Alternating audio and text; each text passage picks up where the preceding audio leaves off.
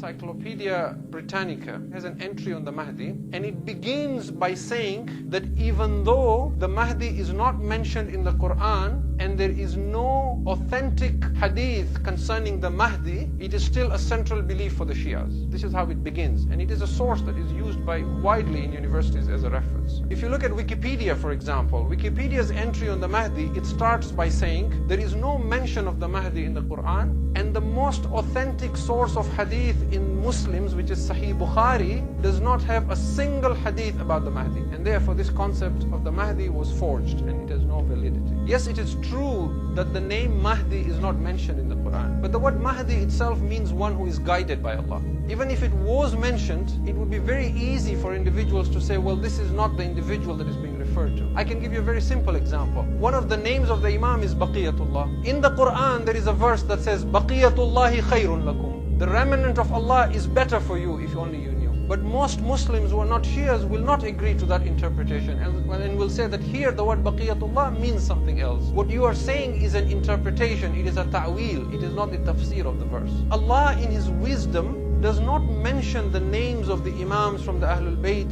and therefore the name of the 12th Imam as well in the Quran explicitly, because that in part is to preserve the pristineness of the Quran. Otherwise, you can be sure there would have been attempts by the Banu Umayyah and Banu Abbas to change the Quran, to alter verses of the Quran and to remove verses of the Quran so as to remove the fadail of the Ahlul Bayt. And the Quran preserves the fadail of Ahlul Bayt in the Quran in very, very unique ways. Take for example the ayat of Tathir. If you read the ayat of Tathir, you will see that particular part that talks about the Ahlul Bayt as being preserved from every rijs is right in the middle of another verse. And the tense changes from feminine to plural, talks about the Ahlul Bayt and goes back to different tense. And by putting such verses concerning the Ahlul Bayt in the middle of other verses, the Quran and Allah in His wisdom makes the Quran intact and watertight so that you cannot mess around with the verses of Quran and yet you cannot remove the fadail of the Ahlul Bayt. So there is very good reasons why the Mahdi would not be mentioned by name in the Quran. Even if he was mentioned, that would not necessarily be an argument that would be accepted. You will find that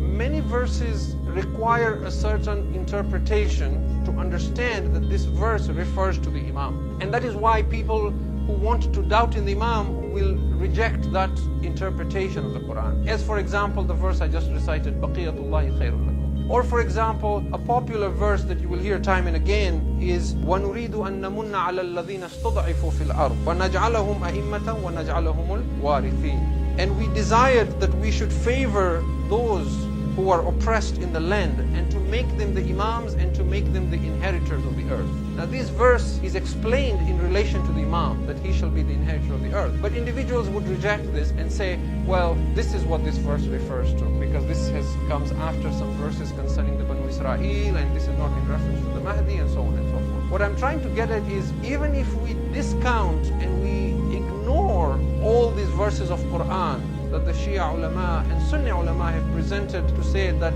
with the support of ahadith from the Prophet and the Imams alayhi salam explaining these verses to refer to the Mahdi, even if we move these all away and just look at the Quran in its own self, there are still verses that would force us to acknowledge in the belief of a Redeemer.